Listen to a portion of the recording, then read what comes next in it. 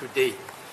And me being me, I'm going to consider them, think about them, apply the law, and I said on Wednesday, no? Thursday, sorry, and on Thursday, then I'll deliver the ruling. Now, here is the authority. A date has been set, a day has been set, and the time has been set for the judgment. But Judge Ratha says no, this is not a judgment, but rather a ruling. A ruling that will determine whether or not the confessions made by accused number 1, Muzega Ukhulelwa Sibiya, and accused number 2, who are allegedly, they confess that they are the ones who were involved in taking Senzo Meyiwa's life, right? So the state had a case against them, as we now know that there were 2 dockets on the table, right? There was docket 636, which had Brigadier Kininda, that was presented on the table of the prosecutor, Mr. George Baloyi, and there was docket 375, which was led by Makubo and Butelezi, which were presented before Loku Judge Ratha, I'm sorry, not Judge, but Advocate Baloyi. Now, those 2 dockets, the one on 636 said that the accused, the accused that we have now are the perpetrators, right? While case 375 said the people who were in that house are the perpetrators. With that being said, I can tell you now, so since we are busy with case 636, which then seeks to tell us, or seeks to explore the idea that these are the people and this is how they committed the murder. One of the way in which they have suspected to have practiced this, or they've taken this, or they've orchestrated this, was that once they were caught by police, they then accused number 1 and 2 respectively confessed, which has been disputed by the defense or by their lawyers. Before I continue to tell you more, there's one thing that I know that is undisputed, and what is undisputed in this YouTube channel is that I put it to you, that you need to do the following. If you are not yet subscribed, what are you waiting for? Come on, good people, because to subscribe it is free, to like the video it is free, to comment in the comment section below it is free of charge, to click the notification bell it is free of charge, to share this video it is free of charge, to watch this video until the end it is free of charge. Also, good people, come on, to watch the ads it's free of charge, and that's how you financially contribute to this YouTube channel. Speaking about financially contribution to the channel, you can become a member of this YouTube channel from as little as 20 Rand a month. You can also use the Super Thanks button.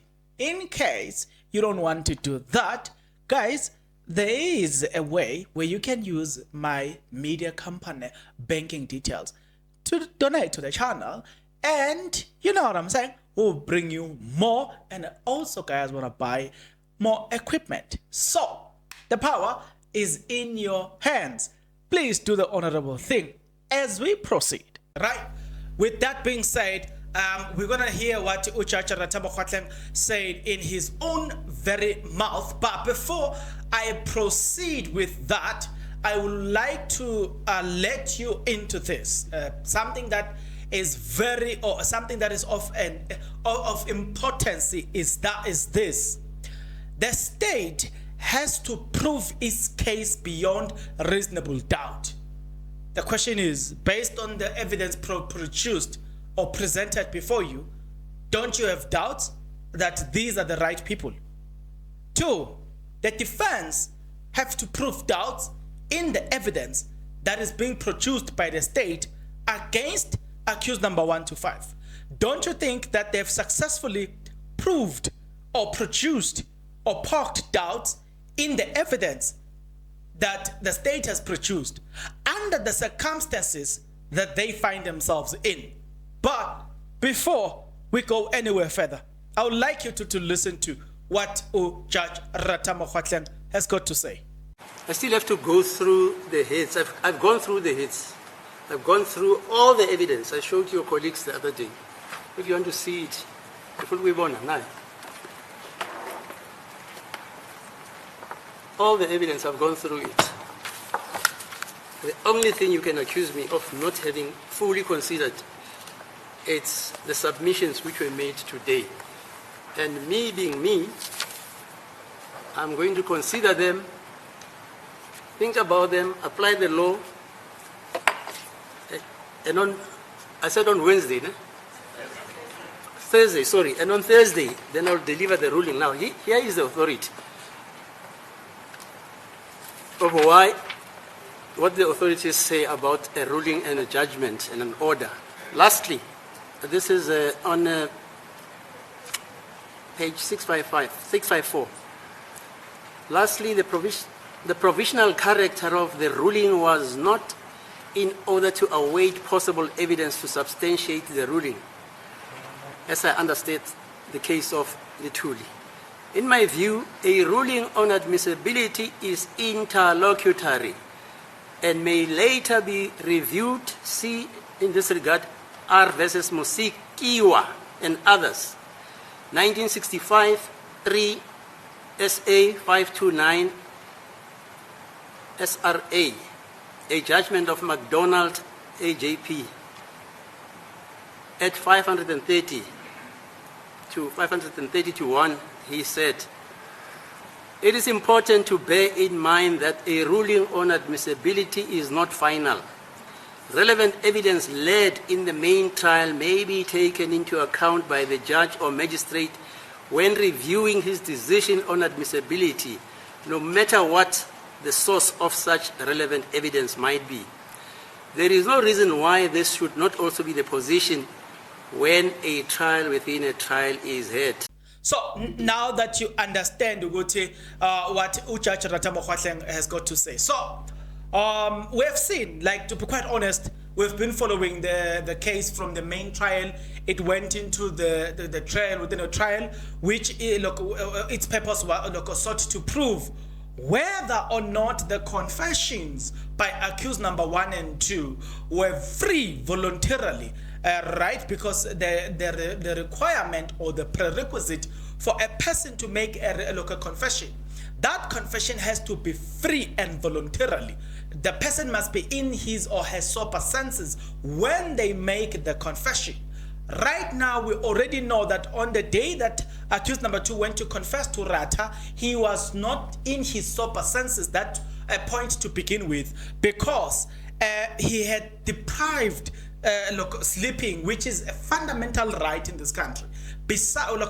Whether or not you are arrested or not, but the fundamental right is that you must be given food, you must be given toilet, you must be afforded a place to sleep, you must also have a toilet, there must be a functional toilet, you must be provided a proper sunshine place, right? They must have those things. Those are fundamental rights, because despite the fact that a person is arrested, the right to life precedes the right of this person being incarcerated. Now that you understand that fundamental right, which clearly they were violated here, he was not afforded enough time to sleep. On the day that Bongani Ntanzi was booked into a particular police station, it was around 4 o'clock in the morning. Then at about 6 to 7, he was booked out to make that confession to Rapado, right? That is a clear indication of a violation of his rights, which the state themselves, or the very same people about Rapado, they've considered, or in other words, they've admitted that they did that, but it is against the law. So we have an incident where the accused were kept on their car, and they would be saying, we went to do investigation. So they took him, right? He couldn't sleep. They say no, he slept in the car. But the truth of the matter is, you can't say I myself I've slept in the car many a times. You know what? You can sleep in the car and still feel, or you will still wake up feeling tired. So sleeping in the car is not enough. It's not an excuse that people who are supposed to uphold the law, it's not something that they should be giving us. But they tried.